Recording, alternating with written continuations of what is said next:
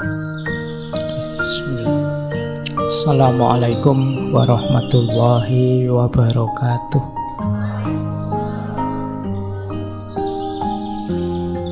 Bismillahirrahmanirrahim.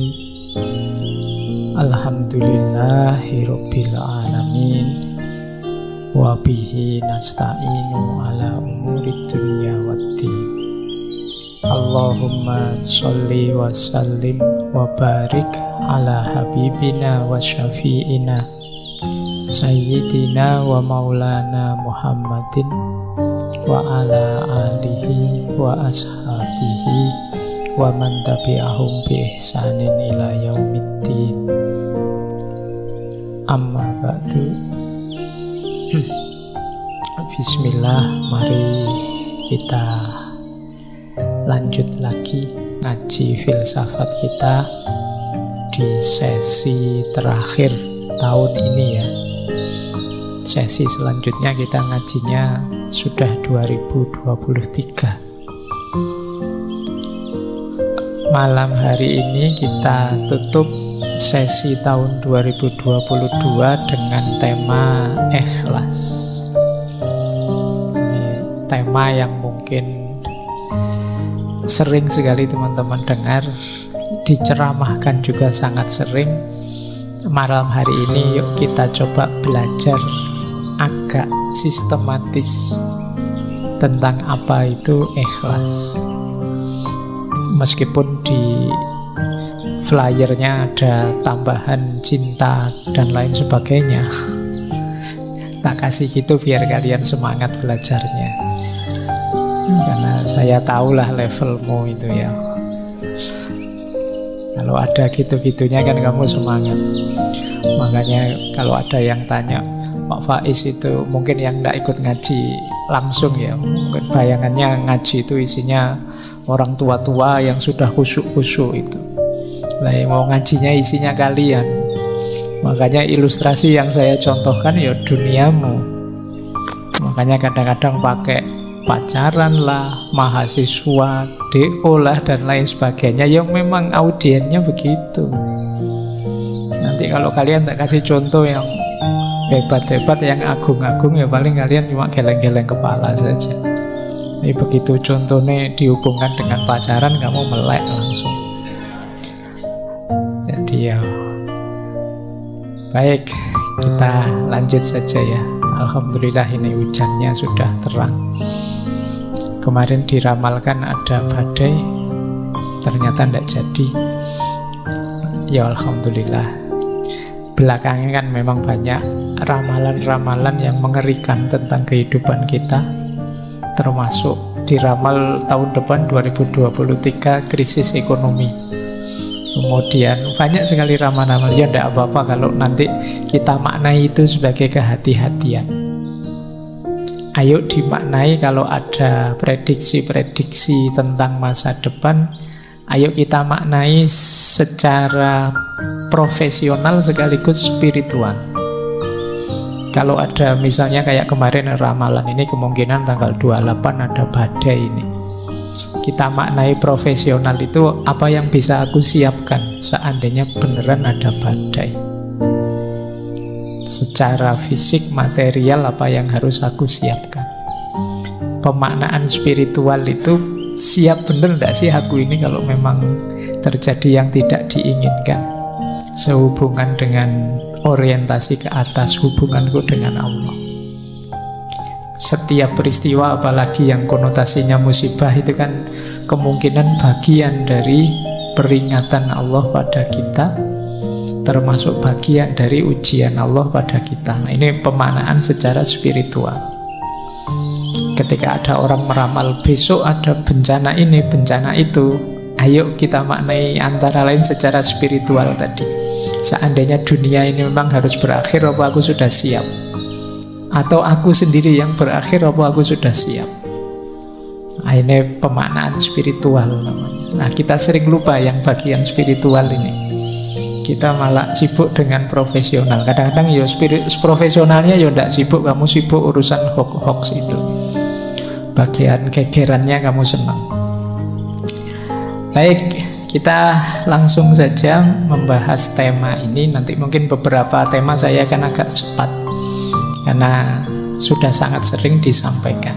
Tapi ini saya usahakan urut agak tertib biar kalian pahamnya lebih utuh. Karena selama ini mungkin penjelasannya agak tercacar-cacar tentang ikhlas ini. Sekarang kita rapikan secara filosofis. Apa itu ikhlas? Mungkin nanti cirinya, tandanya, manfaatnya seperti tema-tema kemarin. Jadi ini bagian dari muhasabah kita di akhir tahun. Ikhlas ini bisa dikatakan puncaknya keberagamaan. Nanti kita lihat kenapa bisa begitu. Baik, bismillah. Saya awali dari definisi dulu biar lebih paham. Kata ikhlas, ya dia bentuk masdar dari akhlaso yukhlisu ikhlason. Jadi ini artinya bersih, murni, jernih. Tapi kalau ikhlas ini beda dengan sofa. Kalau sofa itu bersih yang memang aslinya bersih. Jadi misalnya ada air putih, bersih, jernih, itu namanya sofa. Tapi kok air ini sudah tercampur apa? Kemudian kita pisahkan campurannya dan dia kembali bersih, itu ikhlas namanya. Jadi itu bedanya ikhlas dengan bersih biasa. Jadi semula dia terkotori, tapi terus kita bersihkan. Setelah kita bersihkan, dia statusnya ikhlas. Tapi kalau yang murni asli belum terkena apa-apa, itu namanya sofa. Bahasa Arabnya begitu. Nah ini jadi kata dasar ikhlas itu berarti maknanya adalah bersih, jernih setelah sebelumnya dia terkontaminasi atau terkotori. Baik, jadi ini harafiahnya itu. Oleh karena itu nanti definisinya para ulama ya seputar itu. Termasuk ketika ikhlas ini dikaitkan dengan bersihnya hati. Jadi berarti nanti kalau pakai definisi kata-kata tadi, ikhlas itu berarti bersihnya hati dari apapun selain Allah. Kok ada yang selain Allah masuk dalam batin kita? Nah, saatnya kita bersihkan. Setelah bersih, disitulah maka namanya ikhlas. Ini nanti bisa kalian pakai sebagai argumen kenapa sih surat Al-Ikhlas itu tidak ada satupun kata-kata ikhlasnya tapi disebut Al-Ikhlas. Karena dalam surat Al-Ikhlas itu sangat ditegaskan kebersihan jiwa kita dari apapun selain Allah. Jadi qul huwallahu ahad, Allahus somad. Allah lah satu-satunya tempat bergantung. Jadi makanya suratnya disebut surat Al-Ikhlas. Fokus hanya pada Allah saja yang ada. Meskipun kalau dalam bahasa Indonesia kan ikhlas itu kemudian agak geser maknanya. Ikhlas itu artinya merelakan, melepaskan, itu ikhlas. Jadi kalau misalnya barangmu hilang, sepedamu hilang, terus orang bilang ikhlaskan saja. Nah ini kalau dalam bahasa Indonesia ya tidak apa-apa, makna itu kan sesuai yang disepakati. Jadi kalau di Indonesia kata ikhlas agak berbeda konotasinya. Makanya kalau ada yang tanya, orang bilang mari kita ikhlas, ini ikhlas versi bahasa Indonesia atau versi bahasa Arab? Kalau versi bahasa Arab hubungannya dengan jernihnya jiwa. Kalau versi bahasa Indonesia hubungannya dengan merelakan. Ya kalau kamu punya sesuatu diambil orang, relakan saja. Kalau kamu dapat apa kok terus hilang, relakan saja. Itu ikhlas versi Indonesia. Ya tidak salah, memang nanti bisa dihubungkan dengan itu meskipun intinya tidak itu.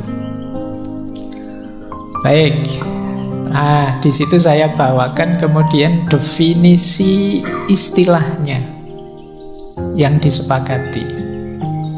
Yang pertama dari Imam Ghazali, yang kedua dari Imam Qushairi yang menulis Risalah Qushairiyah.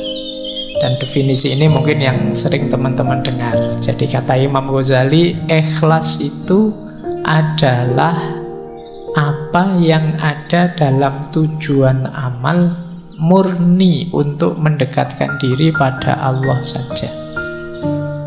Jadi ikhlas itu tujuan. Kita melakukan sesuatu yang tujuannya Allah saja, tidak ada yang lain, tidak ada keuntungan apapun yang kita inginkan selain ridhonya Allah saja, itulah ikhlas.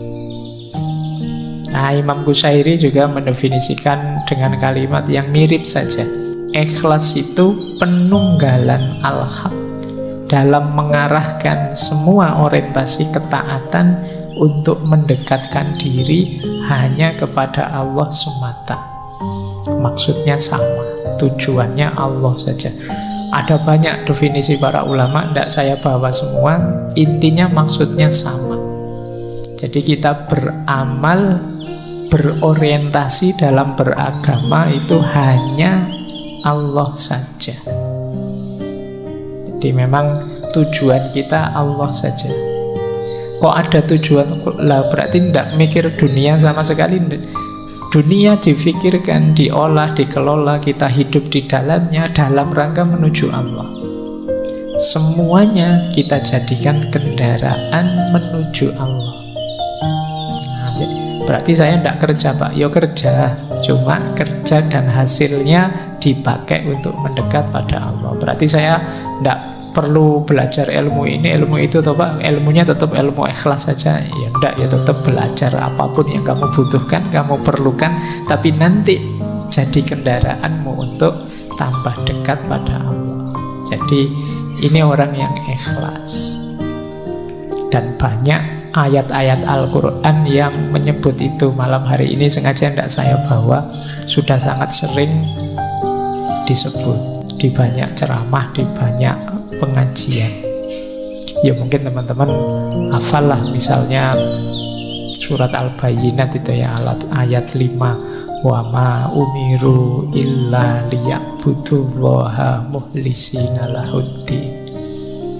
Jadi intinya ikhlas ini jadi sesuatu yang kunci dalam beragama. Baik, sekarang kita lihat keutamaannya ikhlas. Ini saya ambil ada kalimat menarik dari Imam Syafi'i. Kata beliau, halakan nasu kulluhum illal ulama wa halakal ulama'u kulluhum illal amili wa halakal amiluna kulluhum illal mukhlisin wal mukhlisun ala khadrin amin. Jadi kata Imam Syafi'i, semua manusia itu akan hancur kecuali dia berilmu. Jadi kalau kita hidup tanpa ilmu, hidup kita akan hancur. Tapi orang-orang berilmu juga tetap akan hancur kecuali mereka amilun, menjalankan ilmunya. Kan banyak orang pinter yang ilmunya tidak jalan. Kalian mungkin kalau dibandingkan antara referensi kebaikan di kepalamu dengan kebaikan yang benar-benar kamu jalankan, itu mungkin bisa 80-20, bisa 90-10%, jangan-jangan 99-1%. Jadi sangat sedikit yang kita wujudkan dalam amal. Maka manusia itu hancur tanpa ilmu, tapi ilmu tidak ada gunanya tanpa amal. Wahalakal amiluna kulluhum illal mukhlisin. Dan orang yang beramal pun pada akhirnya juga akan hancur kecuali orang-orang yang ikhlas. Berarti orang yang orientasi amalnya itu Allah saja. Kalau kita mengamalkan ilmu dengan target macam-macam yang selain ilmu, Pak, saya ingin kaya, saya ingin sukses, saya ingin jadi pejabat, saya ingin apa saja, di luar Allah, pada akhirnya juga mungkin kita kecewa, mungkin kita gagal, mungkin kita kehabisan banyak daya, energi, mungkin umur kita habis sia-sia dan lain sebagainya. Itu halakal amilun. Beda kalau kita targetnya Allah saja, maka halakal amilun kulluhum illal mukhlisin, kecuali orang-orang yang ikhlas. Wal mukhlisun, berarti kalau sudah ikhlas aman toh Pak? Aman. Tapi wal mukhlisun ala khotrin azim, orang-orang ikhlas itu ya ujiannya banyak, tantangannya banyak, dia harus hati-hati. Nanti kita lihat ada banyak sekali tantangan-tantangan orang ikhlas. Ini kalimatnya Imam Syafi'i ini sering saya sampaikan dengan logik yang saya gambar itu, bahwa manusia itu berharga karena ada rohnya, nyawanya. Tapi nyawa manusia yang hidup ini berharga ketika ada ilmunya. Ilmu ini berharga ketika ada amalnya, dan amal ini berharga ketika ada ikhlasnya. Jadi ini hakikat diri kita. Kalau semakin ke dalam, jasad kita itu bernilai ketika ada ruhnya, ada nyawanya. Karena kalau tidak ada nyawanya, ini jasad ini kan cuma barang saja, benda saja. Nyawanya hilang, ya kita jadi jenazah. Sekian jam baunya sudah tidak enak, tidak ada gunanya, tidak ada nilainya. Maka dia berharga ketika ada nyawanya. Nah, cuma manusia hidup bernyawa ini bernilai, berharga ketika ada ilmunya. Yang membedakan kita dengan semua makhluknya Allah yang lain itu ilmunya. Tapi ilmu ini juga berharga, bernilai ketika ada amalnya. Buat apa ilmu yang teoritis saja, dihafalkan saja, numpuk sebanyak itu di perpustakaan, gunanya apa? Tidak ada harganya kalau tidak ada amalnya. Bayangkan Indonesia ini memproduksi berapa banyak konsep, berapa banyak teori. Dari kalian saja yang mahasiswa, coba dihitung. Di kampus saya UIN itu setahun 4 kali wisuda. Setiap kali wisuda 500-an orang. Berarti 2000 satu tahun. 2000 itu semuanya bikin skripsi, tesis, disertasi. Bayangkan kalau setiap skripsi, setiap tesis tadi menyumbangkan sesuatu untuk hidup kita berbangsa, bernegara, beragama. Kontribusinya adalah kecil saja. Dari satu skripsi, dari kampusku saja 2000 kontribusi setiap tahun. Ditambah kampusmu, ditambah kampus yang lain, berapa ribu kampus di Indonesia ini. Oh, itu kalau ada dimensi amalnya semua, Indonesia ini jaya sudah, luar biasa. Cuma ya kan kalian tahu sendiri kan, pada akhirnya skripsimu itu yang numpuk di perpustakaan. Isinya juga begitu-begitu, nanti ditiru adik kelasmu. Ya sekarang ada Turnitin, tidak bisa jiplak, tapi kan ya kamu sudah pinter ganti kalimat. Apalagi saya kemarin ada yang cerita itu ada trik-triknya Pak, biar tidak terdetek oleh Turnitin. Ya wis, pintermu memang di situ.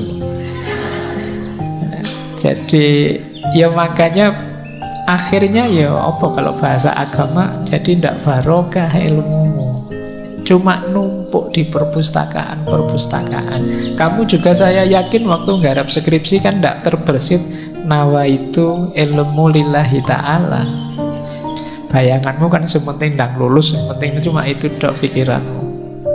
Ndang dapat gelar, ndang gak ditanya-tanya kapan lulus, pikiranmu itu saja. Ya sudah. Ya kita memanen apa yang kita tanam.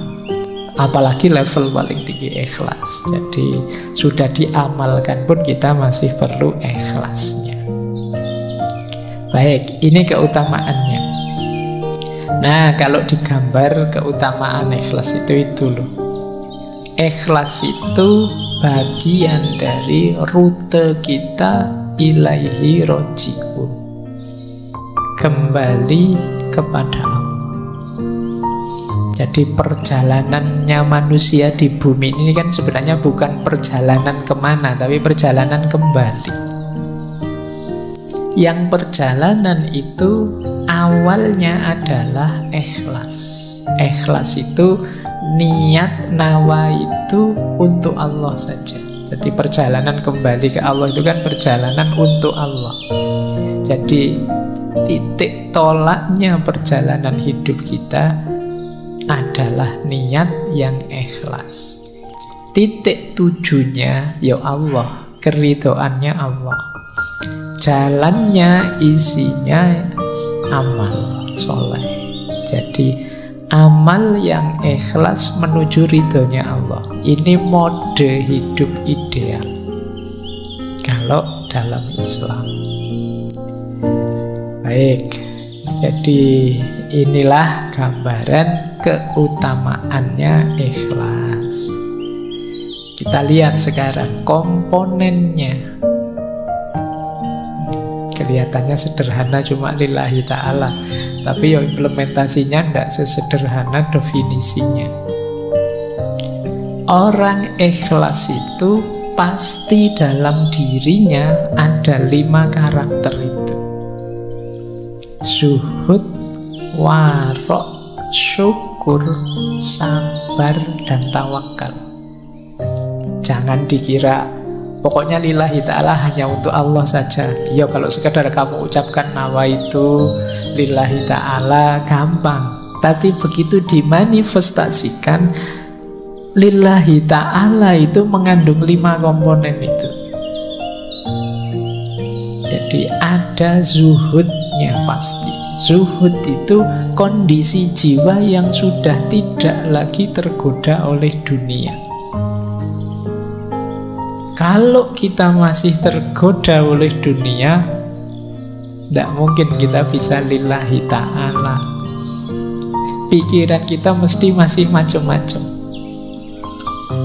Jadi kalau ditanya lillahi ta'ala, mas, lillahi ta'ala kok saya kata Allah. Nanti begitu nilainya jatuh, wah kurang ajar, saya sudah.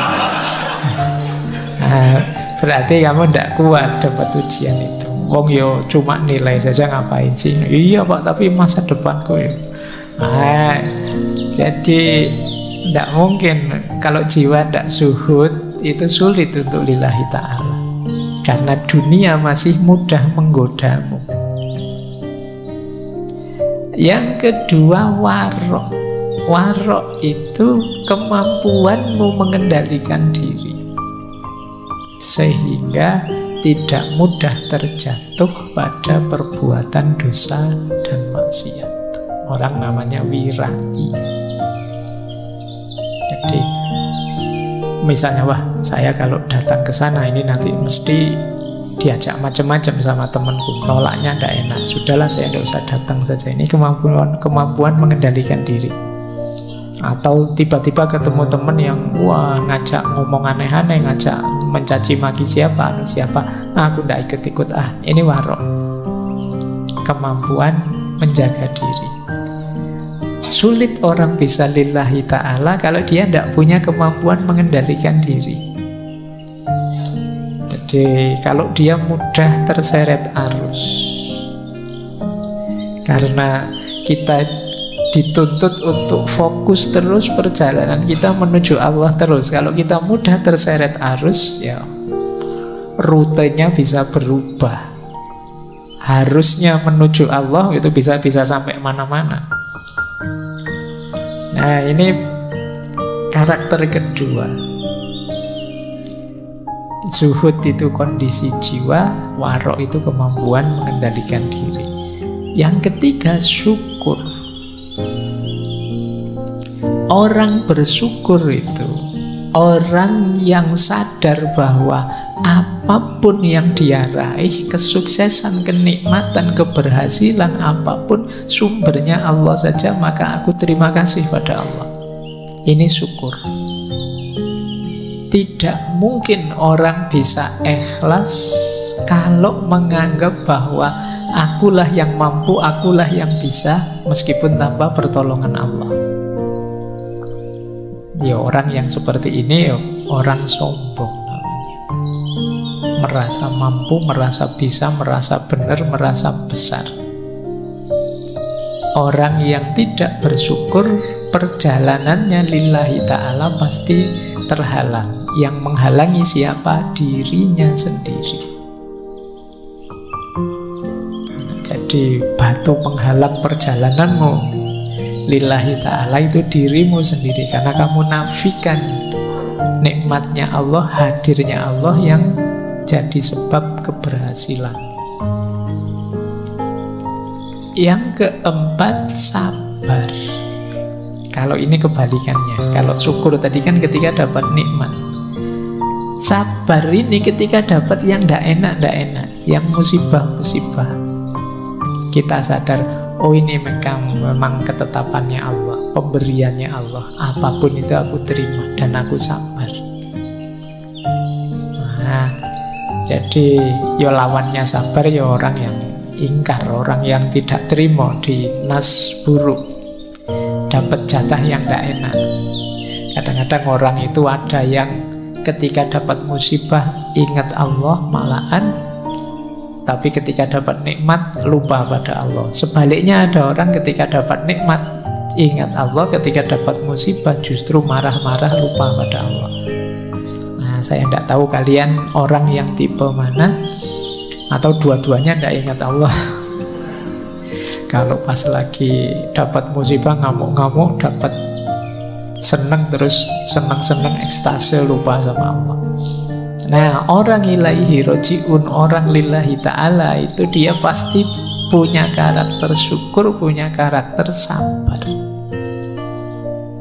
Yang kelima, tawakal. Kalau tawakal ini pasti ini sering diidentikan ikhlas itu ya tawakal.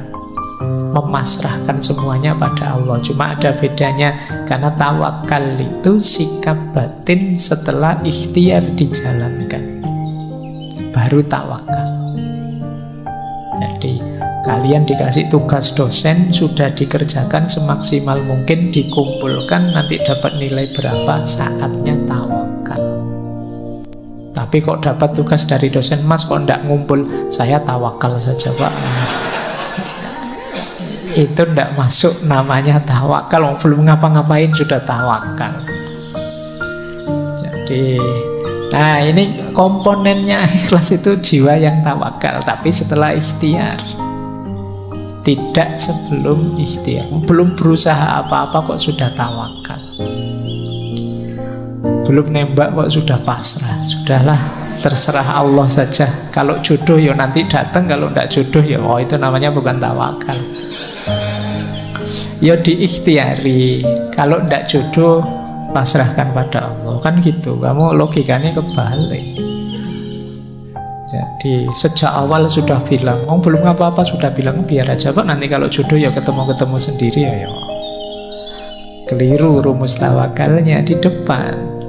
Jadi niatnya lillahi ta'ala, diupayakan semaksimal mungkin, kalau meleset pasrahkan pada Allah. Itu namanya tawakal. Orang ikhlas pasti tawakal. Oke, jadi ayo kita perhatikan, karena ini bulan ini temanya muhasabah, sejauh mana kualitas zuhud, warok, syukur, sabar, tawakal hidup dalam diri kita. Jadi saya yakin ada, ya saya tidak tahu berapa persen. Mungkin ada yang masih wujudnya sudah agak besar, mungkin ada yang kecil sekali, mungkin ada yang tidak kelihatan. Mungkin dalam diri kita kezuhudan itu, kewaroan itu, rasa syukur, sabar, tawakal. Kalau hidup semua dan fungsional, hidupmu akan tenang. Ini orang yang benar-benar mukhlisin, hidup memang lillahi ta'ala. Nah, ada beberapa ilustrasi saya selingi dengan ini ya. Ini yang pertama, ada ilustrasi orang ikhlas itu seperti apa sih. Ini pertama saya ambil dari Syekh Abdul Hamid Al-Angkuri. Angkuri itu angkara. Kata beliau, sebagian ahli hikmah berpendapat kalau kalian bingung ikhlas itu seperti apa, kata beliau, ikhlas itu seperti penggembala kambing yang sedang beribadah, sholat misalnya.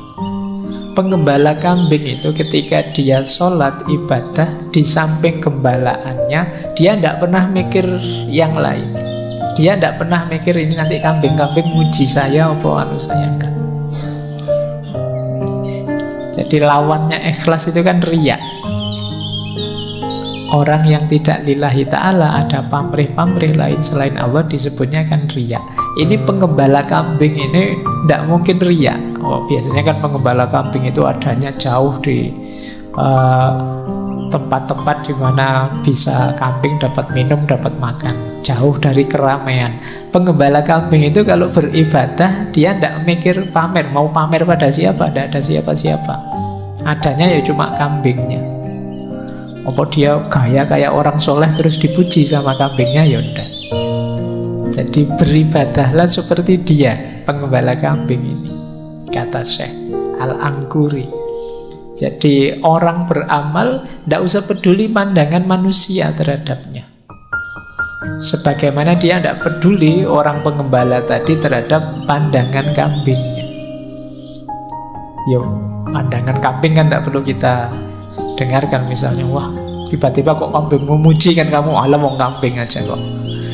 Posisikan komentarnya orang, pandangannya orang di situ, kata Syekh Abdul Hamid.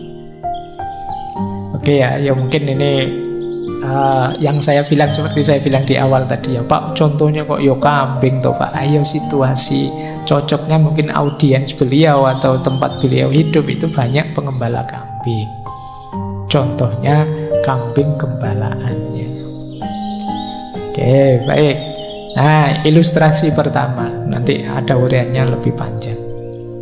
Yang kedua, ilustrasi kedua, contoh ikhlas itu seperti apa?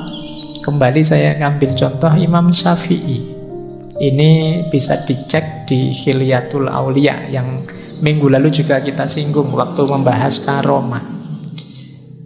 Imam Syafi'i ini satu ketika waktu beliau sakit, sahabat beliau Rabi' bin Sulaiman mengunjungi.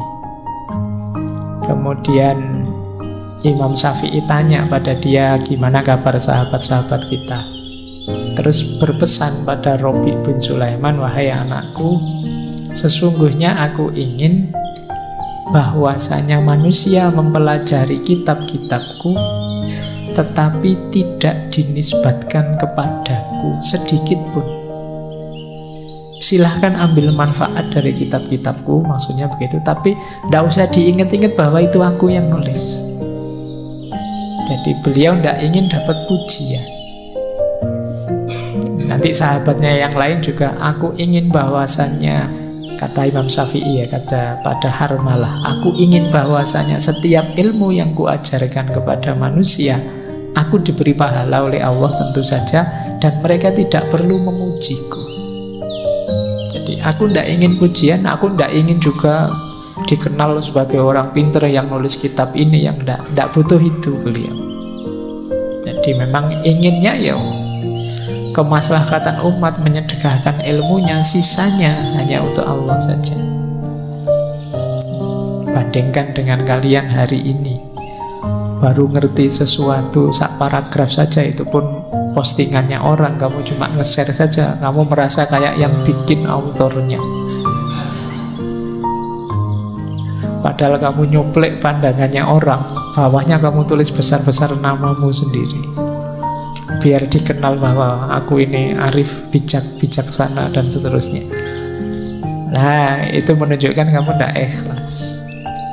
Kamu ingin dikenang sebagai orang hebat, orang pinter, orang, bandingkan dengan Imam Syafi'i. Imam Syafi'i yang karyanya disebut-sebut sampai hari ini, manfaat ilmunya dipakai oleh banyak orang sampai hari ini. Beliau berpesan, alhamdulillah kalau nanti banyak yang mengambil manfaat dari karya-karyaku, tapi aku lebih bahagia kalau tidak perlu disebut-sebut namaku, tidak perlu dinisbatkan kepadaku. Nah, ini namanya orang ikhlas. Jadi ilustrasi pertama tadi seperti pengembala kambing, ilustrasi kedua seperti yang dicontohkan oleh Imam Syafi'i, bagaimana mental ikhlas itu. Oke ya, sekarang masuk ke teorinya. Yang pertama, teori pertama tentang tingkatan ikhlas. Ini saya ambil dari syarahnya kitab Hikam. Ini saya ambil dari Minahul Qudsiyah. Ini syarah dari Syekh As-Sarqawi terhadap kitab Hikamnya Syekh Ibnu Athaillah. Orang ikhlas itu ada 3 level. Level awam yaitu ikhlasul ibad, ikhlasnya ahli ibadah. Ada jenis khawas, ini ikhlasul muhibbin. Dan ada istimewa, khawasul khawas, ikhlasul arifin. Jadi level ibad ini level ahli ibadah. Ini pun sudah luar biasa. Ikhlasul ibad itu ketika orang beribadah pada Allah tidak riya sama sekali, tujuannya memang Allah saja, ingin dapat pahala, ingin selamat dari siksa. Ini juga sudah ikhlas. Jadi kalau ada yang tanya, Pak, kalau saya ibadah lillahi ta'ala tapi ingin dapat surga, tidak ingin masuk neraka, apa masih disebut ikhlas? Masih. Ini level ikhlasul ibad. Jadi tidak apa-apa, kalian jangan pesimis kan. Kadang-kadang ada yang bilang, saya melampaui surga neraka langsung Allah saja. Padahal yo pikiranmu masih sholatnya bolong-bolong aja, gayanya ngomongnya ngono. Nah, level ikhlasul ibad itu tidak apa-apa kamu menuju ingin selamat di akhirat, ingin menghindari neraka, yang penting tidak riya. Jadi tujuannya memang Allah saja dan ingin diberi itu oleh Allah. Itu tetap masuk kategori ikhlas. Jadi yang pertama ini jenisnya. Ada lagi lebih tinggi, yaitu ikhlasul muhibbin. Ikhlasul muhibbin itu ikhlasnya para pecinta. Kalau ini ikhlas lillahi ta'ala, tidak tergoda lagi oleh surga neraka, pahala dan siksa. Tujuannya ingin dekat saja dengan Allah. Dulu kita belajar sufi perempuan Robiah Al-Adawiyah, itu kan banyak gambarannya ikhlasul muhibbin. Ya Allah, kalau ibadahku ini karena ingin surga, jauhkan aku dari surga. Kalau aku ibadahku karena takut neraka, masukkan aku ke neraka. Karena dia tidak fokus ke situ, fokusnya ke Allah saja. Jadi ingin dekat dan selalu bersama, ingin mengagungkan Allah. Ini levelnya mahabbah. Ini sudah luar biasa, makanya disebut khawas. Itu pun ada yang lebih tinggi ternyata, ikhlasul arifin. Kalau ikhlasul arifin ini tidak lagi ada pemahaman aku dan engkau. Kalau masih aku mencintaimu, itu kan masih ada aku, masih ada engkau. Ikhlasul arifin itu aku sadar sepenuhnya bahwa ikhlasku seperti apapun diriku, itu semuanya dari engkau. Kalau aku mencintaimu ya Allah, itu pun cinta yang kau anugerahkan dalam diriku. Jadi andilku itu tidak ada sama sekali. La haula wala quwata illa billahil aliyil azim. Dayaku, kekuatanku, apapun kebaikan yang aku lakukan, itu semuanya hakikatnya adalah Engkau, bukan aku. Orang yang level muhibbin tadi kadang-kadang kalau tidak hati-hati terjebak membanggakan dirinya, bahwa aku bisa ikhlas, aku bisa tidak tertarik lagi surga neraka dan lain sebagainya. Tapi di level arifin itu sudah tidak mungkin lagi, karena dia sepenuhnya sadar bahwa kebaikan dirinya, cintanya pada Allah, dayanya untuk menuju Allah, itu semuanya hakikatnya anugerahnya Allah saja. Tanpa Allah mengizinkan, ridho, menganugerahi, tidak mungkin bisa begitu. Nah, itu namanya ikhlasul arifi. Nah, ini jenjang-jenjangnya. Jadi silakan teman-teman nanti muhasabah ya, sudah punya jenis ikhlas yang mana dalam diri kita. Yo, yang pertama pun tidak apa-apa, itu juga termasuk ikhlas. Jadi sudah lillahi ta'ala. Paling tidak yang pertama itu tidak ada target-target duniawi. Jadi tidak riya, tidak ada target-target yang selain Allah. Targetnya ukhrawi.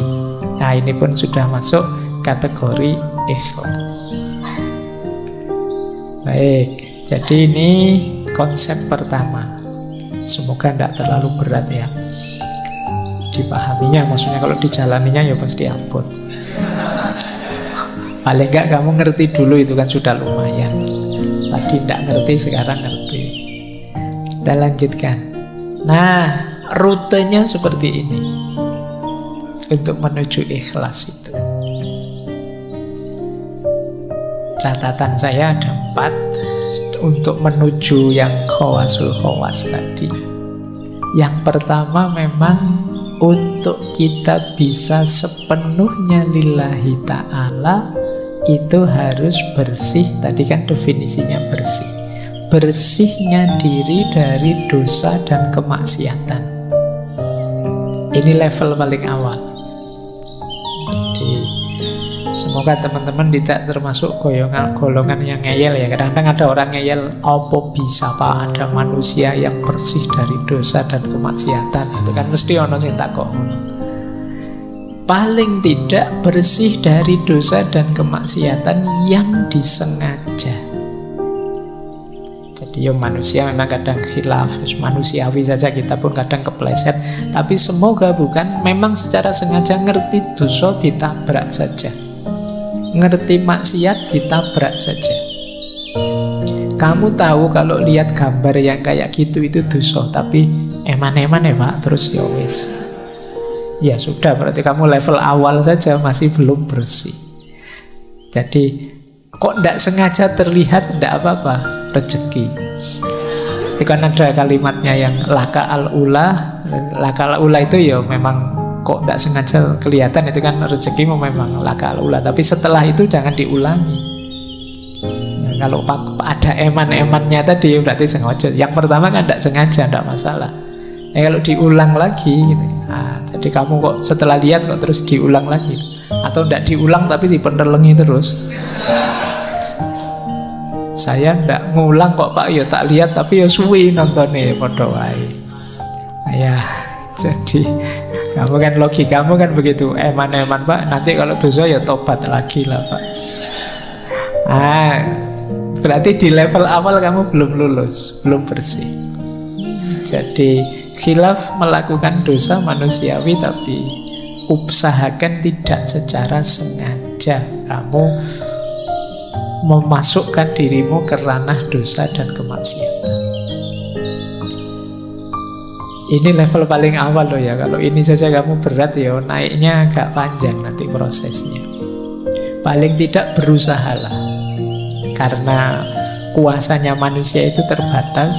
Insya Allah kalau usahamu sungguh-sungguh, Allah ridho dan berkenan, nanti Allah yang menolong, sehingga kamu naik kelasnya lebih cepat. Tapi kalau kamu malas, kamu memang secara sengaja tidak ingin memperbaiki diri, naik level itu, ya Allah tidak akan datang. Ana inda dzanni abdi bi. Jadi yuk dinawaitui saja dan diikhtiari semampunya. Insya Allah kalau memang sungguh-sungguh Allah ridho, Allah akan hadir membantu kita, menaikkan makom kita, memberi ahwal yang cocok untuk kita. Kalau sudah lulus di level pertama, kita bisa naik ke level kedua, bersih dari segala keterikatan duniawi. Jadi kalau ini lebih berat lagi. Di sini mungkin banyak hal yang halal, banyak hal yang mungkin boleh saja, bisa saja. Tapi jangan sampai kita terikat. Terikat itu tergantung dengan itu. Pak, segalanya kan perlu uang, Pak. Ini namanya terikat sudah. Nah, saya ada uang, alhamdulillah. Tidak ada uang, ya tidak apa-apa. Nyari jalan yang lain. Emangnya kalau tidak ada uang saya tidak bisa makan? Teman banyak kok. Misalnya, oh ini namanya kan tidak tergantung uang.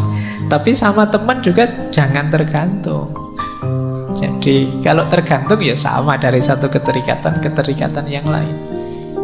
Jadi ayo kita lepaskan diri dari tidak tergantung. Itu bukan berarti dibuang loh ya. Tidak tergantung itu tidak mempengaruhi kondisi kita, keimanan kita, keistiqomahan kita dalam kebaikan. Ini namanya tidak tergantung.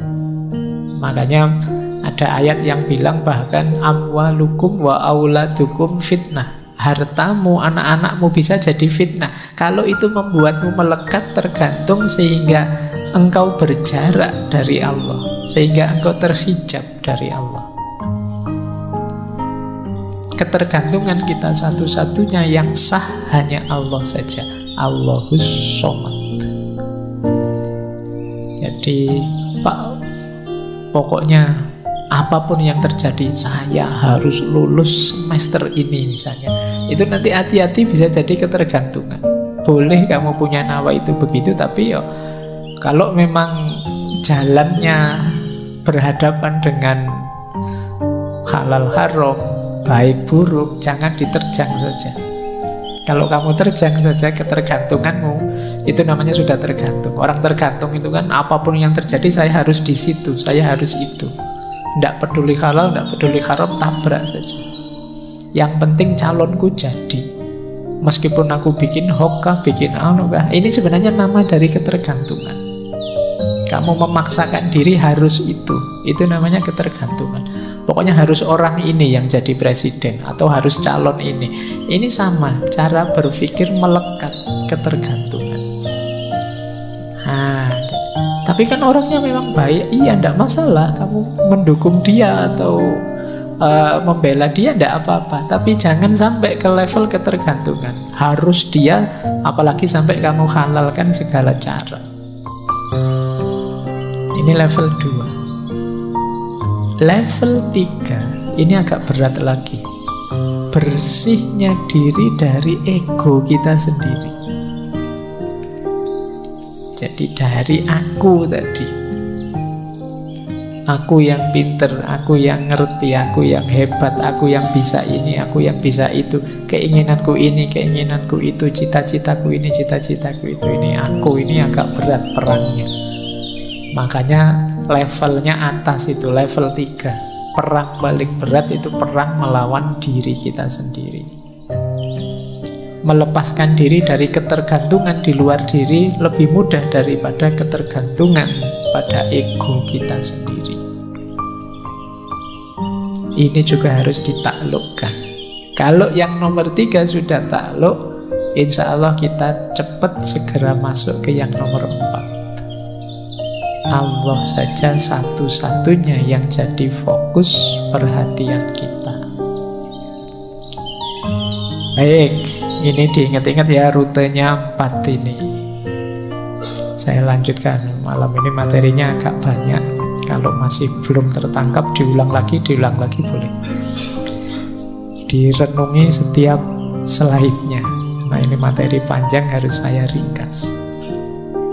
Nah, ikhlas itu karakternya adalah tersembunyi. Hanya yang ngalami dan Allah yang tahu dia ikhlas atau tidak. Maka kita tidak bisa memberi label orang, nuduh orang dia tidak ikhlas atau wah dia sudah ikhlas. Jadi ini salah satu cirinya ikhlas. Jadi ikhlas itu dimensi paling rahasia. Kata Syekh Junaid Al-Baghdadi, ikhlas adalah rahasia antara Allah dan hambanya. Tidak ada malaikat yang tahu dan bisa mencatatnya. Tidak ada setan yang tahu dan bisa merusaknya. Tidak ada hawa nafsu yang tahu lalu memalingkannya, membengkokkannya. Malaikat mencatat amal yang kelihatan dicatat. Tapi niat, motif dalam hati kita ikhlas atau tidak, hanya Allah yang tahu. Nah, ini kata Syekh Junaid Al-Baghdadi. Jadi dia memang sangat rahasia. Orang itu bisa kelihatan sangat ikhlas padahal tidak. Misalnya, wah Pak Faiz itu ikhlas sekali ya ngaji tiap malam Kemis, tidak ingin apa-apa. Itu kan kamu melihatnya begitu, tidak ingin terkenal, tidak ingin kata siapa. Ya kan? Kamu kan tidak bisa menilai hanya wah, dari kelihatan luarnya. Kalau urusan ikhlas, jadi hanya kalau tentang saya ya hanya saya dan Allah yang tahu. Ya untunglah Allah itu sayang sekali sama kita ya. Aib-aib kita itu tidak dibongkar mentah-mentahan kayak kalian bongkar aibnya musuhmu di medsos-medsos itu. Kalau Allah sebaper itu habis kalian. Jadi kamu mungkin tidak berani keluar rumah sudah. Baik, jadi ikhlas itu berarti tersembunyi. Maka dia tidak bisa jadi komoditas kebencianmu atau kecintaanmu pada seseorang. Pilihlah tokoh ini orang ini paling ikhlas loh dia itu. Yuk, dari mana melihatnya? Karena ikhlas atau tidak, hanya Allah dan yang bersangkutan yang tahu. Jadi ini karakter pertama dari keikhlasan. Dia tersembunyi. Kedua, nah ikhlas itu kalau ini saya ambil dari Syekh Imam Haris Al-Muhasibi. Diingat-ingat ikhlas itu tidak untuk yang mubah, yang makruh atau yang haram. Pak saya itu bohong tapi saya ikhlas kok Pak. Nah iso, haram ya ndak ono hubungannya sama ikhlas. Saya tahu yang saya lakukan ini tidak boleh Pak, tapi saya dengan tulus melakukannya. Ikhlas Pak, enggak. Jadi kata Imam Haris Al-Muhasibi, perbuatan mubah yang tidak diniati mendekatkan diri pada Allah. Ini maksudnya misalnya minum, makan, itu kan mubah. Tidak ada hubung Pak, saya makannya ikhlas sekali loh Pak. Kecuali kamu ada niat yang kamu hubungkan dengan Allah. Pak, saya makan ini Pak biar kuat ibadah Pak. Nah, maka nawa itu saya makan biar kuat ibadah lillahi ta'ala. Kalau ini bisa. Tapi kalau tidak kamu niati untuk mendekatkan diri pada Allah, ya tidak ada hubungannya dengan ikhlas tidak ikhlas. Perbuatan makruh dan haram tidak mungkin dilakukan dengan ikhlas. Misalnya kata Syekh Haris, membangun rumah untuk kenyamanan diri, memandang sesuatu yang haram dengan dalih ciptaannya Allah. Kadang-kadang yang kamu lihat-lihat di HP tadi kan lo yang tak contohkan tadi. Wah, ini kan ciptaannya Allah Pak, indah sekali Pak, luar biasa Pak. Saya melihatnya mengagumi kebesaran Allah Bapak. Tidak. Kata Imam Haris, tidak. Dimarahi kalian kalau pakai argumen itu oleh Imam Haris Al-Muhasibi. Jangan sebut-sebut ikhlas dalam perbuatan itu, karena sedikit pun tidak mendekatkan dirimu kepada Allah. Jadi ini catatan. Jadi yang tadi ikhlas itu pasti tersembunyi, kemudian ikhlas itu tidak dalam yang mubah, yang memang dalam status kemubahannya, yang makruh dan juga yang haram. Jadi tidak boleh perbuatan haram kamu cari argumen dengan sudut pandang yang berbeda biar dia jadi halal atau ikhlas lillahi ta'ala. Pak, saya nyogok ini biar orang jahat-jahat yang mau nyogok itu tidak jadi masuk, biar saya saja yang masuk, saya kan orang baik misalnya. Nah ini tidak haram, itu ya tidak bisa kita ambil perspektif apapun karena zat perbuatannya sudah haram. Kalau yang mubah tadi bisa, mubah itu diniati untuk kebaikan lillahi ta'ala masih bisa, tapi kalau yang haram tidak bisa. Baik, jadi ini karakter kedua. Jadi ikhlas itu tidak untuk yang makruh, yang haram, dan mubah yang tidak diniati untuk mendekatkan diri pada Allah. Nah, buahnya ikhlas sekarang. Ini saya ambil dari Syekh Yusuf Al-Qaradawi. Syekh Yusuf Al-Qaradawi dalam kitab beliau Fit Thoriq Ilallah, An-Niyah wal Ikhlas. Ini saya sebut sumbernya, pengarangnya. Maksud saya ini kan mahasiswa-mahasiswa semua. Kalau ada yang ingin ngecek kitabnya silahkan, mungkin berkepentingan untuk bikin tulisan. Buahnya ikhlas itu antara lain jiwamu tenang. Kalau kamu fokusnya hanya Allah saja, yakinlah bahwa Allah tidak mungkin mengecewakanmu. Beda dengan yang lain. Kalau orientasimu Allah saja, jiwamu pasti tenang. Kalau jiwamu tenang, rohanimu kuat, mentalmu tangguh, tidak mudah terpengaruh. Kalau kamu rohanimu kuat, jiwamu tenang, istiqomah jadi mudah. Ini 2 minggu yang lalu kita membahas istiqomah ya. Berarti di antara tipsnya untuk bisa istiqomah apa? Ikhlaslah. Orang itu sulit istiqomah biasanya ketika ada motif lain dari kebaikan yang dilakukan. Misalnya kalian istiqomah sholat duha misalnya, terus niatnya, kata guru saya Pak, sholat duha itu sekian hari, sekian puluh hari, nanti mesti ada rezeki datang tidak disangka-sangka, min haitsu la yahtasib. Oh, terus kalian istiqomah berbulan-bulan duha, kamu tunggu mana ini rezeki yang min haitsu la yahtasib ini kok tidak muncul-muncul. Akhirnya terus kamu jadi males lagi, istiqomahnya putus-putus. Coba kemarin lillahi ta'ala saja lebih aman, lebih mudah istiqomah. Jadi memudahkanmu istiqomah itu ikhlas. Maka kebaikan apapun, ayo dinawaitui lillahi ta'ala. Lebih nyaman untuk jiwa kita, lebih mudah untuk kita istiqomah. Kemudian ikhlas itu bisa membuat yang mubah tadi jadi ibadah.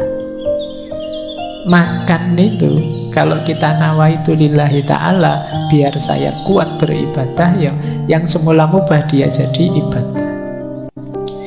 Kamu jogging pagi-pagi, jalan kaki, biar apa? Biar sehat Pak. Kalau saya sehat nanti saya ibadahku tambah berkualitas, tambah bangun malam kuat, tambah. Ini yang semula mubah saja dia bisa bernilai ibadah. Kamu ngopi itu kan mubah saja. Nah, kalau kamu bisa ngatur niatnya, saya ngopi ini biar kuat melek Pak. Kalau kuat melek, saya bisa tahajudnya bisa tidak terganggu oleh ngantuk, bisa. Loh, niatnya ibadah. Bukan nonton sepak bolanya, tapi ibadahnya. Jadi yang mubah bisa jadi ibadah kalau ditempeli ikhlas lillahi ta'ala, untuk kepentingannya Allah, ujungnya tetap Allah saja. Kemudian bahkan keinginanmu untuk ikhlas, nawaitu ikhlas itu sudah ada pahalanya sebelum dilakukan, bahkan sebelum tuntas pun sudah ada keutamaannya, ada pahala-pahala dari Allah. Niat baik saja itu kan sudah pahala. Ya niat yang baik itu kan ya niat lillahi ta'ala. Jadi sebelum dijalankan kebaikan itu masih dalam bentuk niat saja untuk Allah, itu sudah pahala, apalagi sudah dijalankan. Kemudian tentu saja ikhlas itu membuahkan pertolongan dan perlindungan Allah. Kalau ini sisi vertikal. Sisi horizontalnya apa? Membuat kita kuat, teguh saat ada kesulitan. Jadi makanya orang itu yang orientasinya Allah saja, kesulitan apapun tidak membuat dia gelisah. Nah itu seperti munajatnya Nabi waktu beliau dikejar-kejar di Taif, dilempari batu itu kan, beliau bilang, in lam takun wadiban alayya fala ubali. Meskipun aku berdarah-darah seperti ini, ditolak oleh umatku sendiri, dikejar-kejar seperti orang gila, asal engkau tidak murka padaku ya Allah, aku tidak peduli. Oh ini berarti apa? Mentalnya kuat, teguh menghadapi persoalan. Kalau cuma tidak lulus ujian, terancam DO, tidak masalah. In lam takun wadiban alayya fala ubali ya Allah. Tapi kalau tidak lulusmu karena males, ya Allah marah. Jadi lakukan kebaikan semaksimal mungkin. Kalau hasilnya tidak seperti yang kamu harapkan, tidak masalah. Yang penting Allah ridho. Allah itu ridho karena engkau tidak nabrak aturan-aturan yang Dia tetapkan. Jadi ini buahnya orang ikhlas. Dari vertikal, horizontal, ke dalam, keluar, itu buahnya sangat positif. Latihanlah untuk jadi orang ikhlas. Baik, kita lanjutkan. Nah, sekarang muhasabahnya, ayo dicek dalam diri kita ini ya, sudah ada kualitas ikhlas atau belum. Ini ada beberapa ciri. Kita ambil dulu ciri umum ya. Ini tanda-tanda kita sudah ikhlas. Yang pertama apa? Melakukan sebaik mungkin kebaikan termasuk ibadah meskipun sedang sendirian. Nah, ini berarti kita ciri-ciri orang ini ikhlas. Fokusnya Allah saja. Kalimat meskipun sedang sendirian ini penting. Karena kadang-kadang kita itu kalau pas banyak orang gayane, kalau ngimami suratnya panjang-panjang. Tapi begitu sendiri yo kuluhu sama ina atau ina. Cowopet sholatnya. Itu ciri-ciri kamu ada riyaknya. Jadi biasanya kan begitu, kita kalau ada banyak orang pamernya dikedepankan, itu kemungkinan tidak ikhlas. Baik kalau pas banyak orang saja. Kalau tidak ada orang, aslinya kelihatan. Ini ciri-ciri belum ikhlas. Tidak lillahi ta'ala, masih karena orang. Yang kedua, masih mau mendengarkan nasihat atau petunjuk. Orang itu ketika ingin dekat dengan Allah, ingin perjalanannya lurus menuju Allah, itu biasanya takut salah jalan, takut tidak diridhoi Allah. Ini membuat dia tidak berhenti belajar. Ketika dia tidak berhenti belajar, ya dia terbuka terus untuk memperbaiki diri, biar tambah dekat dengan Allah, biar tambah dekat dengan Allah. Jadi cirinya orang ikhlas itu semangat belajarnya tinggi. Kenapa? Dia ingin lebih baik, lebih dekat terus pada Allah.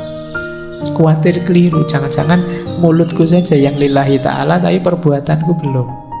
Maka dia berusaha terus-menerus untuk belajar. Yang ketiga, orang ikhlas itu tidak ingin menonjol dan tidak suka dipuji. Ini mungkin mirip kita ya, cuma dibuang tidaknya. Kita kan ingin selalu menonjol, ingin selalu unggul. Kalau dicueki kita marah-marah. Jadi kalau ada yang muji seneng. Nah, ini kemungkinan ya kebaikan yang kita lakukan karena orang. Kan sekarang kita melakukan apapun kan kita posting itu kan, kita foto, kita posting biar orang tahu. Itu kalau tidak ada yang jempoli, tidak ada yang muji, tidak ada yang kita mungkin sedih sekarang. Sudah posting 1 hari lebih loh ya, ini kok yang jempoli cuma 2 misalnya. Nah, ya, 2 itu pun ya cuma teman satu kamar. Nah, kita sering begitu, kamu gelisah melakukan, kamu nunggu dipuji orang.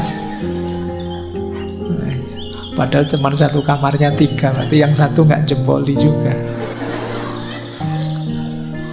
Nah, kita ingin hari ini kan peradaban hari ini tuh peradaban yang sering saya sebut istilahnya FOMO itu kan, fear of missing out. Kita khawatir hilang, ingin kelihatan terus, ingin menonjol terus. Melakukan kebaikan kalau tidak diposting kan kita rasanya ada yang kurang. Kadang-kadang sholat saja kan kita posting, berangkat ke masjid nih, terus nanti di depan sana, ya kan, terus duduk paling depan nih misalnya, terus wah, terus itu kadang-kadang sholatnya pun kamu taruh HP-mu di syuting, ngaji juga begitu kamu ingin selalu kelihatan. Nah, baik, orang ikhlas itu tidak ingin menonjol, tidak suka dipuji. Bahwa orang muji monggo saja, itu bukan yang saya kejar. Bahwa saya kok kelihatan unggul, kelihatan menonjol di antara yang lain, tidak masalah. Tapi itu bukan target. Kemudian selalu muhasabah. Tidak merasa sudah paling benar, sudah paling ikhlas, sudah paling nomor 1. Dan yang terakhir, lebih suka beramal diam-diam secara rahasia.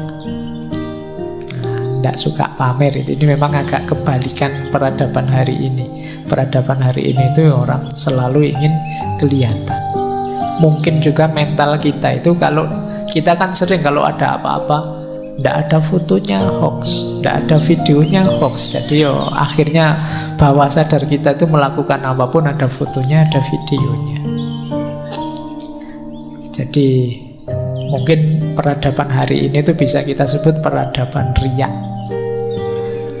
Pamer terus apa-apa ingin dipamerkan. Ini agak hati-hati ya, ini untuk jiwa kita agak masalah orang yang selalu ingin pamer. Kata Syekh Zunun Al-Misri lebih tegas lagi. Kata beliau, orang ikhlas itu adalah orang ketika dipuji atau dicela, dia tidak akan terpengaruh.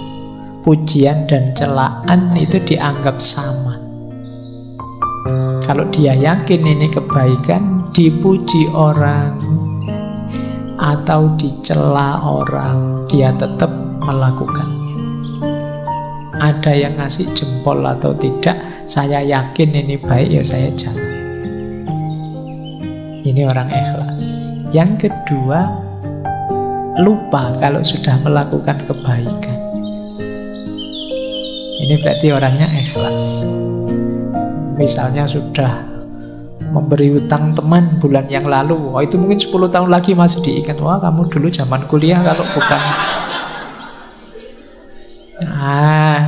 Jadi dieling-eling terus temennya hutang 20.000 saja. Ini kamu dulu itu 20.000 belum kamu bayar loh sampai sekarang. Baik, ya berarti memang ya tidak salah, cuma belum ikhlas. Ikhlas itu biasanya tidak dianggap lagi. Sudah melakukan kebaikan, ya sudah saatnya kebaikan selanjutnya. Jadi tidak hanya mengagumi kebaikan yang lama, tapi selalu memproduksi kebaikan yang baru. Cirinya orang ikhlas. Terus yang ketiga, lupa hak-hak dari amal solehnya. Jadi tidak mikir reward. Wah, sampean melakukan ini itu harusnya dapat pahala sekian loh, harusnya. Ya tidak apa-apa lah, monggo terserah Allah saja urusan besarnya balasan pahala. Tidak berpikir ke sana sudah. Menurut saya ini baik ya sudah. Oh sampean rajin ke masjid loh. Wah berarti setiap sholat pahalanya 27 derajat. Ya alhamdulillah monggo, tapi fokusnya tidak ke situ. Jamaah itu baik, dianjurkan, ya saya ikut jamaah ke masjid. Pahalanya dilipat gandakan berapapun, atau jangan-jangan sekarang sudah tidak 27 lagi karena kursnya mungkin berubah. Itu serahkan saja pada Allah kalau tentang itu. Jangan-jangan kamu protes, zaman dulu 27 sekarang masih 27 juga ya harusnya. Semoga lah, pokoknya kamu jamaah saja lah sudah. Tidak usah terlalu dipikir hak balasan dan lain sebagainya. Nah ini ciri-ciri ikhlas kalau menurut Syekh Dhunnun Al-Misri. Baik, kita lanjutkan. Ada tips dari Syekh Ibnu Athaillah As-Sakandari. Karena tadi ada hubungannya dengan riya, Syekh Ibnu Athaillah menyarankan strategi uzlah, namanya khumul. Khumul itu menyembunyikan diri, mengubur diri, itu khumul. Makanya mungkin ini istilah ini diserap oleh bahasa Jawa jadi kemul. Kemul itu selimut. Kalau kita pakai selimut kan tidak kelihatan. Kata Syekh Ibnu Athaillah, idfan wujudaka fi ardil khumuli, fama nabata mimma lam yudfan lam yatimmu nata ijuhu. Sembunyikan wujudmu pada tanah yang tidak dikenal, sebab sesuatu yang tumbuh dari biji yang tidak ditanam tak akan berbuah sempurna. Kalau kesusu ingin tampil, kesusu ingin kelihatan, ya kita tidak akan tumbuh. Untuk bisa tumbuh, kita harus masuk dulu, tidak kelihatan. Nah, ikhlas juga begitu. Ayo kita latihan ikhlas dulu, jangan kesusu pamer dulu. Jangan kesusu ingin dikenal, ingin tampil, ingin terkenal dulu. Ayo menyempurnakan diri dulu. Ayo melatih diri dulu sampai di level ikhlas yang kita tidak lagi punya pamrih duniawi, target-target yang tidak penting selain Allah. Kalau sudah mampu ikhlas, saatnya kita kelihatan, pasti akan kelihatan. Maka strateginya menurut saya Ibnu Athaillah khumul. Jangan kesusu pamer, fokus saja pada perbaikan diri sampai ke level ikhlas. Jadi strategi pertama ini. Strategi kedua, di sini kita baru ketemu mahabbah. Untuk bisa ikhlas, hubungan kita dengan Allah, ayo kita tingkatkan ke level mahabbah. Tidak sekedar level formalitas, kewajiban, apalagi keterpaksaan. Kenapa kalau di level mahabbah lebih mudah ikhlas? Karena dalam hubungan cinta, orang itu yang jadi fokus, yang jadi perhatian, yang jadi target keinginan itu hanya yang dicintai. Dalam cinta orang bahkan mengorbankan dirinya, egonya demi yang dicintai. Loh ini kalau yang kita cintai Allah kan berarti hidup kita tadi ikhlas itu kan lillahi ta'ala, hanya untuk Allah saja, otomatis terpenuhi. Jadi begitu relasi kita dengan Allah adalah relasi cinta mahabbah, otomatis tanpa diminta hubungan kita dengan Allah jenisnya jenis ikhlas. Jadi ikhlas itu kan yang dalam mahabbah itu kan cirinya apa? Mahabbah itu unconditional, tanpa syarat. Orang yang benar-benar cinta itu kan kalau melakukan kebaikan untuk yang dicintai itu kan tanpa syarat, tanpa aku cinta padamu asal engkau mau begini ya begitu, itu namanya belum cinta. Ini di sesi-sesi cinta sudah bolak-balik dijelaskan. Cinta yang sejati itu unconditional. Aku mau sama kamu asal IP-mu minimal 3,7 lah kalau masih. Nah, ini namanya tidak cinta. Aku mau asal gajimu sekian, ini namanya kondisional. Kalau cinta itu unconditional. Jadi sama Allah juga begitu, tidak pakai tawar-menawar. Kenapa kok kamu serius sekali ibadah? Biar Allah itu memberi anugerah, saya bisa kaya raya, saya punya banyak karomah, bisa jalan di atas air, atau saya punya apa. Tidak itu, tujuanku Allah saja. Jadi fokusnya hanya Allah saja, orientasinya hanya ridhonya Allah saja. Kayak kalian yang sedang jatuh cinta, itu kan ketika membahagiakan yang kamu cintai, itu kan senangnya luar biasa. Ya tidak harus pacarmu, orang tuamu pun yang sangat kamu cintai, kalau kamu bisa membahagiakan mereka, itu kan senangnya luar biasa. Maka cintailah Allah, otomatis hubunganmu dengan Allah berubah jadi hubungan ikhlas tadi, hubungan yang bersih, jernih, tidak ada yang lain selain Allah saja. Nah, ini strategi kedua. Yang pertama tadi humul, yang kedua mahabbah. Ada tips dari Imam Ghazali untuk meningkatkan mahabbah kita menuju mahabbahnya Allah, cinta pada Allah. Jadi ini kalau bahasa saya teori dari mahabbah menuju ikhlas. Kata Imam Ghazali, ayo dipikir pelan-pelan ya.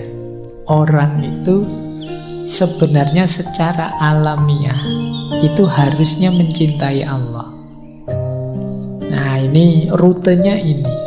Yang pertama apa? Orang itu biasanya muhibbun li nafsihi, cinta pada dirinya. Ini yang disebut ego tadi. Jadi ingin menyenangkan dirinya, itu muhib li nafsihi. Orang ini karena ingin menyenangkan dirinya, muhibbun li nafsihi, pada akhirnya muhibbun lil muhsin alladzi ahsana ilaihi. Dia juga sebagai efeknya apa? Cinta pada orang yang berbuat baik kepadanya, orang yang menyenangkan dia, membahagiakan dia. Nah, ini secara natural begitu. Orang itu secara alami cinta pada dirinya, berarti sebenarnya dia juga cinta pada orang lain yang membahagiakan dirinya. Nah, itu muhsin alladzi ahsana ilaihi. Berarti apa? Sebenarnya kita itu punya fitrah al-muhib lil muhsin. Kita itu sebenarnya cinta pada orang baik. Jadi karena orang baiklah yang punya kemungkinan berbuat baik padaku. Siapapun itu orang baiknya. Nah, kalau naik lagi satu level, sebenarnya dari orang baik. Kenapa sih kok kita cinta pada orang baik? Karena dalam diri orang baik ada kebaikan. Berarti apa? Sebenarnya kita itu mencintai kebaikan. Kalau kita mencintai kebaikan, kalau kita berpikir lagi lebih dalam, sebenarnya ada Sang Maha Baik, yaitu Allah. Jadi semua tadi pada ujungnya, kalau kita mau merenung agak dalam, sebenarnya cinta kita itu harusnya sudah tumbuh pada Allah. Hanya saja selama ini kita tidak pernah merenung sedalam itu. Nah, ini nanti bagian yang harus kalian ulang. Dengarkan lagi ya, bahwa manusia itu pertama-tama dia pasti ingin membahagiakan dirinya, cinta pada dirinya. Otomatis berarti dia juga akan cinta pada orang yang membahagiakan dirinya, bisa membahagiakan dirinya. Orang baik yang bisa membahagiakan dirinya. berarti sebenarnya dia juga cinta pada orang baik. Siapapun orang baik, ini punya potensi berbuat baik pada dirinya, sehingga siapapun orang baik perlu dicintai. Orang baik itu disebut orang baik sebenarnya karena ada kebaikan dalam dirinya. Berarti yang kita cintai sebenarnya adalah kebaikannya. Kalau kita cinta pada kebaikan, jangan lupa ada Sang Maha Baik, yaitu Allah. Jadi puncaknya cinta itu harusnya Allah. Kita mencintai apapun dengan alasan apapun itu, kalau ditarik ujungnya pasti Allah. Anda, Bapak, saya tidak cinta kebaikan, yang saya cintai kecantikan, keindahan. Loh, emangnya yang maha cantik, maha indah siapa kalau bukan Allah? Tidak kok Pak, saya cinta kegagahan. Kalau cuma indah, cantik, saya tidak terlalu tertarik. Saya suka yang maco-maco, yang tidak terlalu. Iya, yang maha gagah siapa lagi kalau bukan Allah? Jadi cintamu pada apapun, kalau kamu renungi sampai puncak, tetap ujungnya ya ketemu Allah. Jadi sebenarnya tidak ada alasan kalian tidak mencintai Allah. Berarti tidak ada alasan kalian itu melakukan apapun tidak secara ikhlas. Oke, saya lanjutkan. Nah, ini ada pendukung dan penghalang. Saya agak cepat ya waktunya. Ini real time sekarang, kalau direkamannya mungkin belum nyampe 1,5 jam karena kita mulainya agak telat. Nah, pendukungnya ikhlas itu tentu saja ilmu, ini pasti. Tidak mungkin ikhlas bisa sempurna, utuh, utama tanpa kita paham apa itu ikhlas. Malam ini sedikit-sedikit kita belajar tentang ikhlas, itu paling tidak kan kita sekarang tahu bagaimana cara kita ikhlas. Maka ilmu jadi kunci. Yang kedua, sahabat.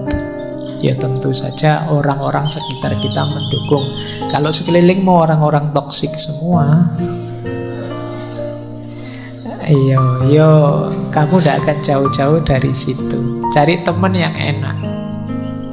Jadi yang mendukung pertumbuhan jiwamu menuju keikhlasan. Yang ketiga, mujahadatun nafas, kemampuan memerangi diri, kemampuan mengendalikan diri. Semakin orang canggih mengendalikan dirinya, menguasai dirinya, semakin mudah nanti mengarahkan pada ideal-ideal hidup, termasuk keikhlasan.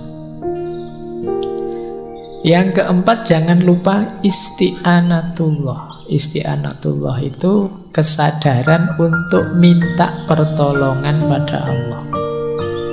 Jangan merasa sudah hebat, sudah bisa, karena Allah lah yang membolak-balik hati kita. Yang kelima, sadar bahwa kita ini fana, dunia ini fana. Maka eman-eman pamrih amal baik kok hanya duniawi. Eman-eman pamrih amal baik kok hanya sukses sekarang. Hidup hari ini itu tidak segalanya. Jadi yang lebih hakiki besok, setelah hidup hari ini. Nah, kesadaran ini akan memudahkan kita untuk ikhlas. Penghalangnya ikhlas tentu saja ada riya. Tadi dijelaskan, ujub, merasa sombong, merasa besar, takabur, sombong, hasud. Selama masih ada kedengkian pada siapapun, sulit kalian ikhlas. Karena orang hasud itu targetnya bukan Allah, tapi hancurnya orang yang dia benci. Ini hati-hati, karena hasud itu kalian ingin orang yang kalian benci hancur. Kalian tidak sadar sebenarnya engkau sendirilah yang hancur. Karena kedengkian itu merusak diri. Makanya di surat Al-Falaq itu secara khusus kita diminta berdoa berlindung dari orang-orang yang hasud. Wa min syarri hasidin idza hasad. Karena orang hasud itu bisa melakukan apapun yang merusak, bahkan merusak dirinya sendiri tidak masalah, asal orang yang dia hasuti juga rusak. Nah, ini merusak keikhlasan. Peradaban hari ini kan antara lain diwarnai follower dan hater. Nah, boleh kamu tidak suka, boleh kamu tidak cocok, tidak setuju dengan sesuatu, tapi semoga tidak nyampe pada level hasud ini. Kebencianmu membuat cita-cita hidupmu hanya kehancuran yang kamu benci. Dan yang terakhir, munafik. Munafik ini orang yang antara ideal dan realitasnya tidak nyambung. Tentu saja tidak mungkin bisa ikhlas orang yang munafik. Jadi ini pendukung dan penghalangnya. Saya lanjutkan. Nah, riya adalah bukti kita belum ikhlas. Nanti di kitab-kitab tentang ikhlas selalu dikaitkan dengan riya. Riya ini antitesisnya. Orang yang belum ikhlas berarti dia masih riya. Cirinya 4, kata Sayyidina Ali. Yang pertama apa? Males kalau sendirian, rajin jika banyak orang, tambah rajin kalau dipuji, males kalau sudah dicela, dikritik. Nah, ini kalian coba ya introspeksi ya. Kebaikan apa yang sudah kalian lakukan selama ini, ada ciri itu enggak? Kalau sendirian ogah-ogahan, begitu banyak orang kelihatan rajin. Kalau sholat sendiri 2 menit, kalau ngimami orang banyak bisa 8-10 menit. Nah, itu alamat ada unsur pamernya. Tambah rajin kalau dipuji, wah sampean kalau ngimami suaranya indah sekali, wah besok tambah panjang suratnya. Males kalau sudah dicela. Begitu dikritik, besok disuruh ngimami, yang lain sajalah, saya ada kekurangannya. Ya, itu coba hati-hati dengan riya. Itu penghalang besar dari ikhlas. Ada uraian bagus dari Syekh Izzuddin Abdussalam. Ini saya agak cepat. Tentang mengapa kok kita itu mudah riya. Kata Syekh Izzuddin, nafsu kita itu punya kesadaran bahwa semua manusia, apakah itu orang baik, orang tukang maksiat, atau raja, itu kan menghormati, memuji, senang dengan orang soleh. Bahkan mereka rela mengorbankan harta dan jiwa demi mengabdi pada orang-orang soleh. Menyadari hal ini, hawa nafsu kita terus mendorong kita pura-pura jadi orang soleh, biar dicintai, biar dihormati, biar diberi status tinggi oleh orang-orang. Jadi ini nafsu.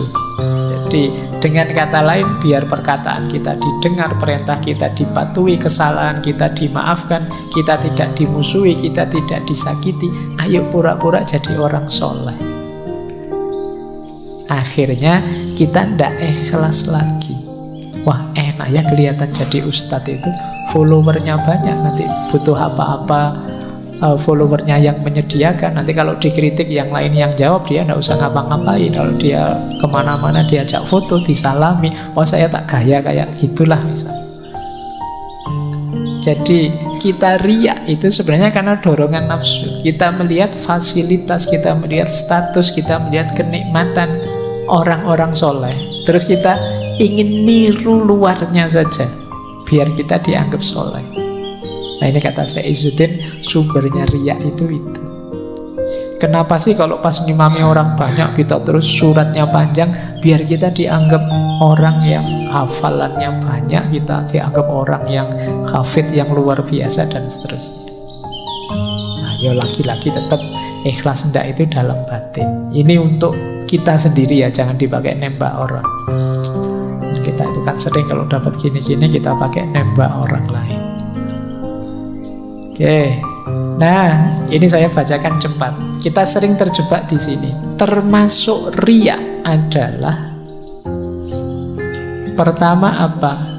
Agar kita tidak dicela orang, Antara lain apa? Ini termasuk riya, kata Syekh Izzuddin. Pura-pura di depan karena takut dipandang rendah. Wah, ini saya harus duduk paling depan ini, biar dianggap santri yang paling rajin misalnya. Kalau niatnya itu riya. Jadi, atau bersedekah karena takut dianggap pelit. Berperilaku seperti orang soleh karena khawatir dianggap orang biasa. Wah, saya sotakonya tak beri yang banyak biar dianggap dermawan. Nah, ini karena takut dianggap pelit. Termasuk riya, kata Syekh Izzuddin, tidak berani bertanya karena takut dianggap bodoh. Saya mau tanya tapi takutlah nanti dianggap bodoh sama orang bolak-balik tanya. Ini sebenarnya termasuk riya. Kamu kan berarti apa? Pura-pura pinter. Padahal yo pingin tanya, wong nggak ngerti, disuruh tanya diam saja. Ini jenis riya juga. Atau kata Syekh Izzuddin, pemuka agama yang dapat pertanyaan sulit tentang satu masalah yang dia tidak tahu, karena takut dianggap bodoh terus jawab sak bisanya sesukanya. Ini riya juga. Yo kalau memang nggak tahu ya jawab saja saya nggak tahu. Jadi karena kadang-kadang kan beban kan dianggap panutan, dianggap tokoh, itu kan harus bisa menjawab apa saja. Kadang-kadang pertanyaan apapun dijawab. Harus kalau memang tidak tahu kita bilang tidak tahu. Dulu pernah kita mengkaji wisdomnya Imam Malik itu, karena Imam Malik itu kan pernah dari sekian puluh pertanyaan yang diajukan dijawab cuma 4. Sisanya beliau jawab ana la adri, tidak tahu saya. Oh, sekarang kalau ada ustadz begitu dianggap ustadz, wow, kok ustadz ditakoni kok tidak tahu terus. Tapi justru yang mulia yang seperti itu. Jangan ngawur, kalau memang tidak tahu bilang tidak tahu. Atau karena takut dianggap ilmunya sedikit terus ngarang-ngarang kalau ngomong. Sudah meriwayatkan, nulis kitab apa, ngerti temennya males baca buku, oh saya sudah baca buku ini, padahal ya nggak pernah. Nah, ini juga termasuk riya. Berarti kamu nutup-nutupi fakta bahwa kamu males membaca. Atau ingin cari keuntungan. Misalnya ketemu orang yang ingin dimintai bantuan, terus kita pura-pura jadi orang baik, orang soleh. Nah, biasanya kalau sedang mau utang itu kan kamu ngomongnya halus, enak, biar kelihatan. Nah, ini jenis riya. Oh, aslinya kamu tidak ramah, tapi kalau ada perlunya jadi ramah sekali. Ini jenis riya. Atau pura-pura jadi orang baik biar tidak ditinggal teman. Pura-pura soleh biar temannya tidak pergi. Berlagak pandai dan amanah supaya dipercaya. Ini termasuk riya. Nah, termasuk riya juga kata Syekh Izzuddin, meninggalkan ibadah karena takut riya. Ada ndak di sini misalnya pas nginep di kamar kosnya teman, biasanya sholat tahajud, tapi begitu di kamar kosnya teman mau sholat tahajud, anda enak nanti dianggap pamer biasa tahajud. Nah, kata Syekh Izzuddin justru itu jenisnya riya. Meninggalkan ibadah karena takut riya. Kalimatnya Syekh Izzuddin, setan menghasutmu untuk meninggalkan ibadah. Kalau hasutan itu gagal dan engkau tetap ibadah, setan akan membisikkan riya untuk merusak ibadahmu. Jadi oleh setan itu kita dilarang ibadah, kok masih tetap ibadah, kita diwas-wasi dengan riya. Kok kita bisa? Ndak, saya ndak riya lillahi ta'ala. Setan terus ngasih was-was lagi loh. Meninggalkan ibadah untuk menghindari riya itu lebih baik daripada beribadah tetapi riya. Nah, itu tadi akhirnya kalian yang biasanya puasa karena di tempatnya teman, sudahlah ndak usah puasa saja, nanti kelihatannya kok kayak pamer. Ini juga riya. Jadi beribadah, tidak beribadah karena takut riya, itu termasuk riya. Kata Syekh Izzuddin, itu dustanya setan. Meninggalkan ibadah karena takut riya itu bukan ikhlas. Jadi ikhlas itu beribadah karena Allah saja, bukan karena manusia. meninggalkan ibadah karena takut dilihat orang, itu berarti tidak karena Allah lagi, tapi karena manusia. Meninggalkan ibadah karena takut dianggap Allah, kamu anak soleh ya, kamu sok anu lah, karena takut label-label dari orang, ini juga jenis riya, kata Sayyidina. Jadi ikhlaslah lillahi ta'ala, pokoknya full semuanya karena Allah saja, tidak karena macam-macam. Baik, nah ini menarik. Kita akhiri sesi malam hari ini dengan pendapatnya Syekh Abu Syu'aib Sholeh Ar-Rusti As-Susi. Kata beliau, puncaknya ikhlas justru mengikhlaskan rasa ikhlas. Mengikhlaskan rasa ikhlas itu hati-hati orang yang merasa sudah ikhlas. Perasaanmu bahwa kamu sudah ikhlas itu bisa saja menggelincirkanmu jadi ujub atau takabur. Ujub itu merasa diri sudah hebat. Takabur itu sombong, jadi merasa diri lebih tinggi dari yang lain. Jadi alhamdulillah saya sudah ikhlas, tidak kayak teman-temanku itu masih tujuannya dunia. Nah, rasa ikhlas ini akhirnya justru jadi penghalang terakhir. Jadi Pak, kalau begitu gimana kalau kita sudah ikhlas lillahi ta'ala, bersyukurlah bahwa ikhlas itu dianugerahkan oleh Allah padamu. Jadi bukan jasamu, bukan karena dirimu. Jadi puncaknya ikhlas adalah mengikhlaskan rasa ikhlas itu sendiri. Karena kalau tidak, ikhlas dan rasa ikhlas ini bisa menggelincirkanmu pada sifat ujub dan sifat takabur.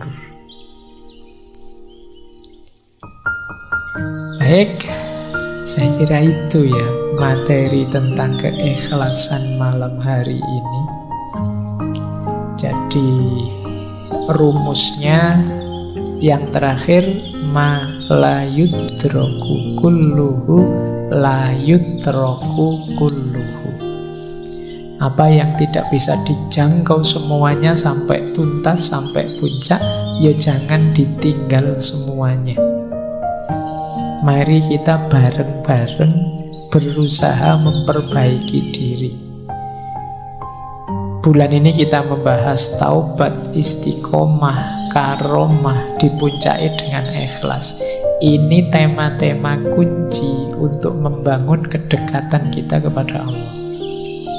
Silahkan teman-teman jadikan dasar untuk memuhasabai diri. Aku sekarang ada di titik yang mana, bagaimana caraku meningkatkan kualitas level kedekatanku dengan Allah. Karena betapapun perjalanan hidup kita yang hakiki itu perjalanan ilaihi roji'un, kembali lagi kepada Allah. Baik, saya kira itu untuk malam hari ini. Insya Allah kita ketemu lagi tahun depan di tema yang berbeda. Ya tahun depan kan cuma kurang berapa hari lagi. Oke ya, alhamdulillah. Wallahul muwaffiq, wallahu a'lamu bissawab. Wassalamualaikum warahmatullahi wabarakatuh.